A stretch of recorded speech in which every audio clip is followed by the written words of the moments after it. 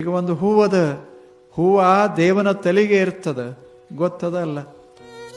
ಈ ಹೂವ ದೇವನ ತಲೆಗೆ ಇರ್ತದ, ದೇವನ ತಲೆಗೆ ಇರ್ತದ. ಇದು ಆಶ್ಚರ್ಯ. ಹೂವದು ಸಾಮಾನ್ಯ.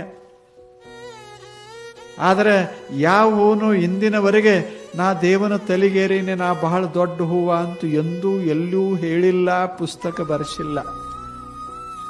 ಯಾವರೇ ಮಾಡ್ಯಾವೇನು? ಅವು ಹೇಳ್ತಾವ, ಮ್ಯಾಗಿದ್ರು ನಾವು ಹೂವೇ, ಕೆಳಗಿದ್ರು ಹೂವೇ, ಪಾದಕ್ಕಿಟ್ರು ಹೂವೇ, ತಲೆ ಮ್ಯಾಗಿಟ್ರು ಹೂವೇ, ತೆಗೆದು ಒಗದ್ರು ಹೂವೇ. ನಾವು ಹೂವು ಅಂತ ಗೊತ್ತಾದ ಬಳಿಕ ಸ್ಥಾನ ತಗೊಂಡು ನಮಗೇನು ಮಾಡೋದದ? ಆಗ ಬದುಕೋದದ ಜಗತ್ತು.